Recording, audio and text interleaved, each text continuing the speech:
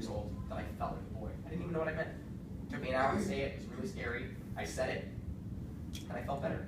And why did I feel better? Because I went from having nobody being able to see this thing about me to having one very important person be able to see and understand this thing about myself. And believe it or not, that was enough relief. That was fine for me for years. It's because this step was the most valuable for me. Part of the training is to introduce the new guidelines that were brought out by the department. But I think beyond that, it's to sort of fill in that piece that you can't really put into the guidelines. That bigger piece about unpacking the way that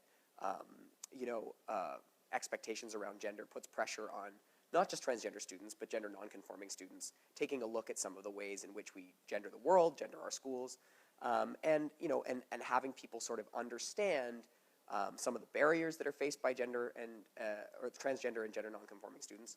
But I think also to sort of give people the opportunity to challenge a lot of the misinformation that all of us as a society have been given about transgender people, and having an opportunity to fill in some of that misinformation with some good solid information so that they're able to understand transgender experience as truly diverse as it actually is. It's a new frontier for us in a way. It's great to have this refresher today. And Nolan just has this wonderful wit that reinforces in me what I need to remember. I think the biggest thing that I'm going to take away from Nolan's session today is that every person is unique, every story is different, and to be supportive of them can be the biggest help in their journey. I thought, wow, what an amazing individual. I actually, once he put his email up, I was emailing him right away to try to get him into my school. One of the things that we do know is that suicidal ideation is dangerously high in transgender communities. And I think when we look at some of the barriers facing some of these young folks, we can understand why that suicidal ideation is high. I have had many educators come to me and say, well, we don't have any transgender students in our school this year, but we want to prepare for when we do. And to get people to realize that any time we're talking to anyone, they could be transgender. And we should be adopting an approach that allows for that possibility, that allows for the fact that in any classroom there could be trans students, whether we know it or not, and to also understand that in any staff room there could be trans teachers. And that's another issue that we don't talk about a lot. I think that we're doing ourselves a disservice if we think we can make schools safe for transgender and gender nonconforming students when there's still so many barriers to transgender and gender nonconforming teachers.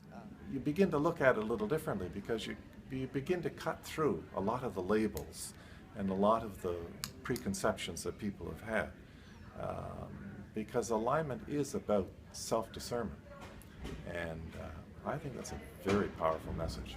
And so I'll go back with a renewed commitment to work hard at that, to use gender-neutral pronouns, and try to make that a habit in all interactions with people, not just when I think it might be an issue. The needs of any community are going to evolve. And so it's important to understand that the guidelines provide us strategies, they provide us a starting place, but I think it's important to understand them not as, okay, we've got a trans student, okay, how do we support them there? We've got the guidelines, we'll follow those. I think the best thing, my favorite thing about the guidelines is that the first guideline is to support the student's individual process. And I think if we take that and we use that as an umbrella that sort of encompasses the entire spirit of the guidelines, we see that in really supporting these students, it always has to be a collaboration. Letting go of whatever we think we already know and just listening to where they are. And I think that will help them feel more comfortable with who they are rather than us, doing some formula of here's how you handle a student who might be transgendered. That was really valuable. And when you're an expert, it means you're not listening. And I love that, and that resonated with me. I think it's really important that we never feel like experts. Even as a trans person, I sometimes feel like, I get called in, I do a workshop, I do professional development, and I do that because of my supposed sort of expertise. But the truth is, if I have any expertise on how to support transgender students in Nova Scotia, it's from listening to transgender students in Nova Scotia.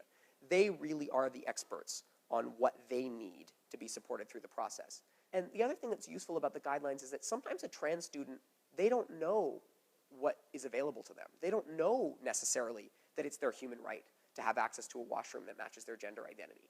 And the guidelines provide us a way to say, here are some things we could do to help. Would any of these things make your process feel better, make your experience in this school feel better.